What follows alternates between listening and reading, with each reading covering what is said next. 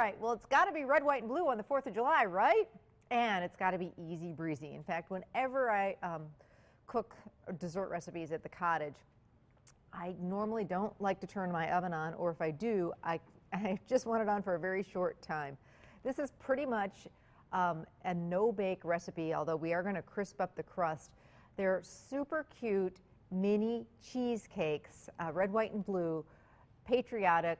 They are adorable. Everyone gets their own. You put them all out on a tray on a buffet, and it's actually like a centerpiece. It looks so cool. And anybody can do this, I promise. They're also make-ahead. So if you've got people coming over the next couple of days, you can make these a day ahead of time and have them in your refrigerator and then just pull them out. All right, we're going to get to work on one of my favorite parts of cheesecake is got to be the graham cracker crust.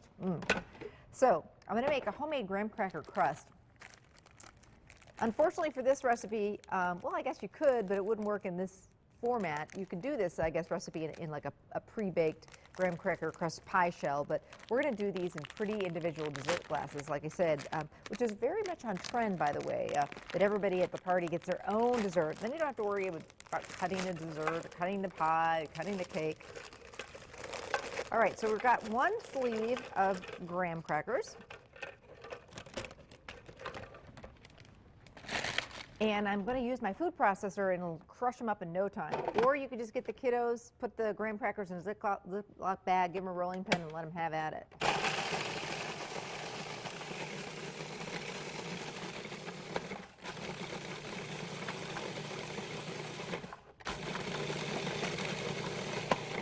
Let's try to think of some of our other, there's always a couple of those graham crackers that just, they don't want to be part of this crust.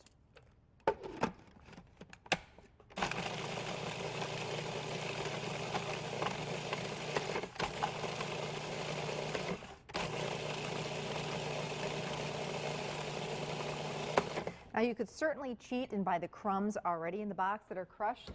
I am A-okay with that. I'm going to melt some butter.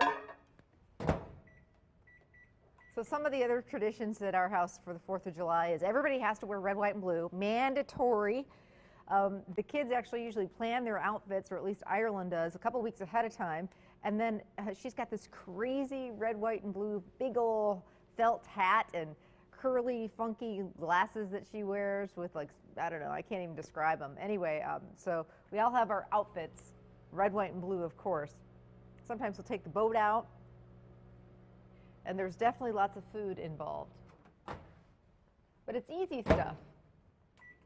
All of my summer cooking is easy. Well, most of my recipes are pretty easy, too. That's really the way I roll. But in the summer,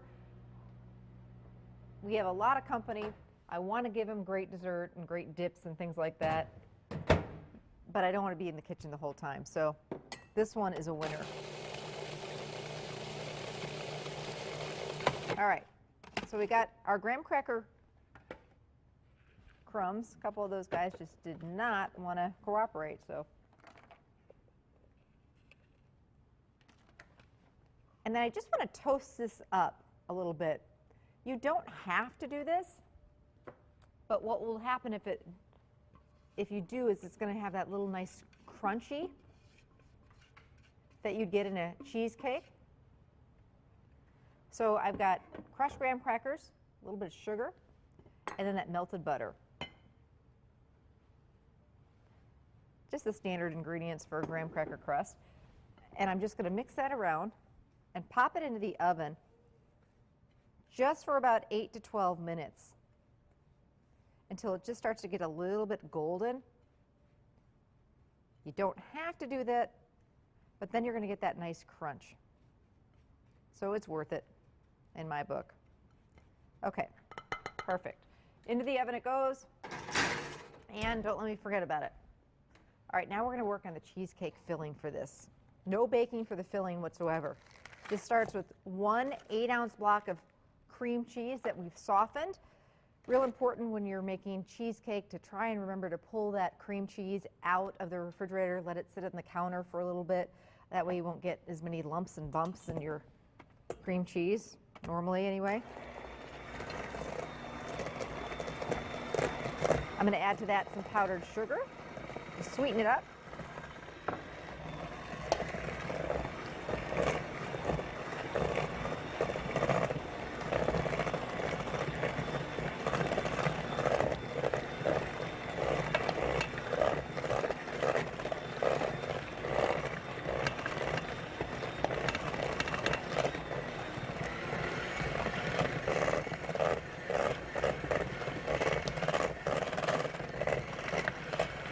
A little bit of fresh lemon juice.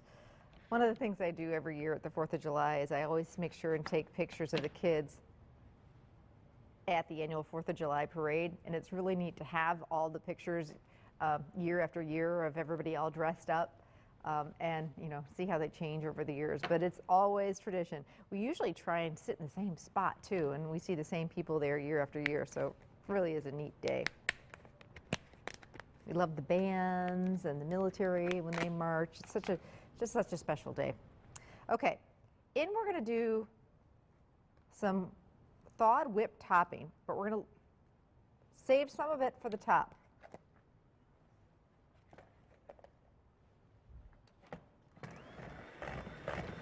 And that goes in at the very end.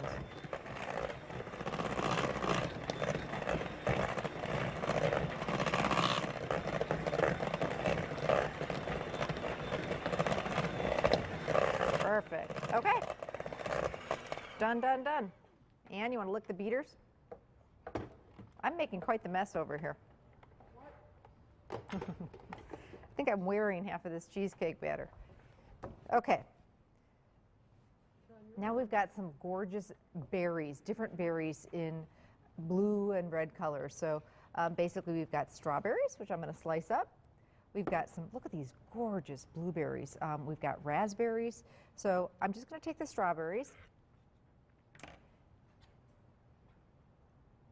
and slice them up a little bit. And we're going to start layering and making these gorgeous little parfaits.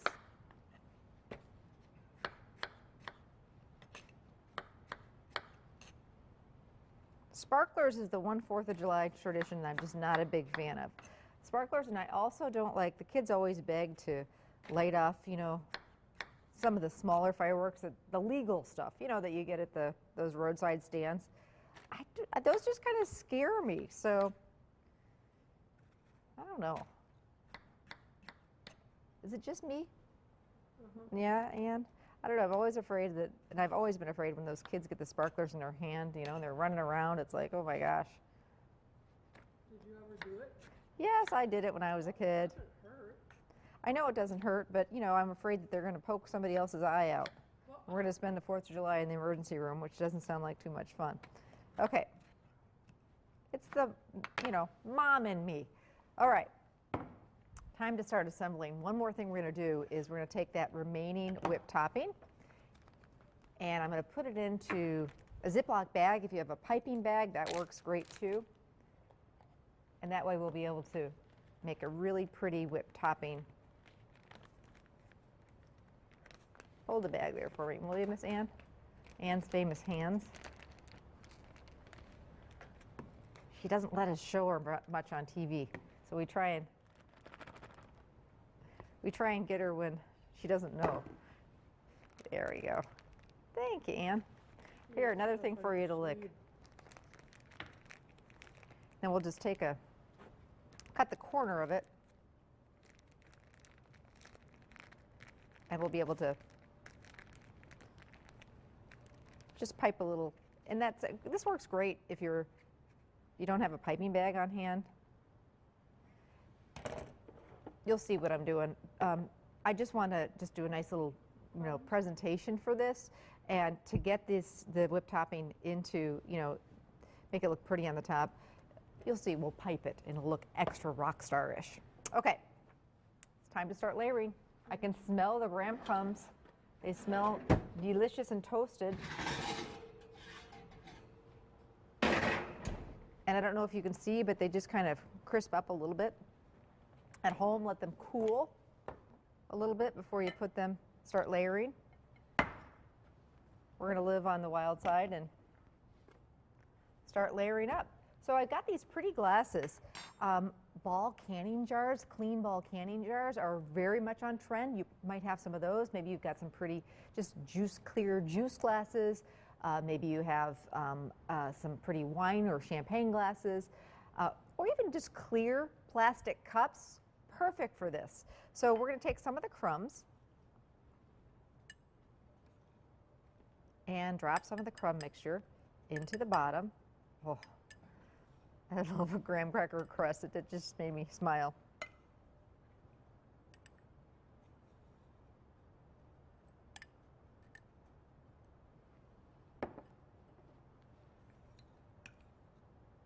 These happen to be pretty big tumblers, so just depends how big a dessert, you know, and that's how many of these you're going to get. So the crumbs go on the bottom. Now we're going to take some of this yummy cheesecake mixture, which was the powdered sugar, Cool Whip, and a little bit of lemon juice, and cream cheese was the base. And notice how I'm very carefully using a scoop, or again, you could use a piping bag, to drop this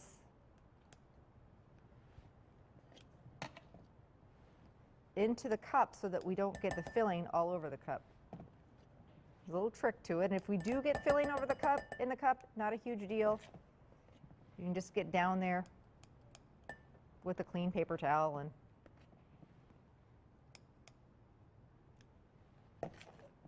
kind of wipe the edge of the glass. Pretty good there. Not too bad. Doesn't have to be perfect. It's going to taste fantastic, and they're going to look so pretty that no one will notice if you get a little bit of the mixture on the side of the glass. But a piping bag is really a great way to go. And then you won't have to worry about that at all. Okay, berries. Let's do some berries. Let's do some red berries.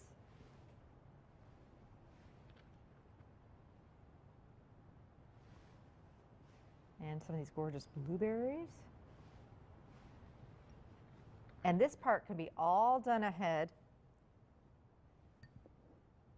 and parked in your refrigerator. And what you'll do is you'll just cover each of the glasses with plastic wrap until just before serving. Now then, just before serving is when we're going to come in here with that whipped topping. So I love to line these up on a tray like this. And depending what size, maybe you've got bunches of them. So find yourself a pretty white platter, and then you come in right before serving, take them out of the fridge, take the plastic wrap off, and do each one with a little dollop of that reserve whipped topping. A little fresh mint. Mint would be fantastic, maybe a berry or two to go on top, and there you go. Really, really pretty.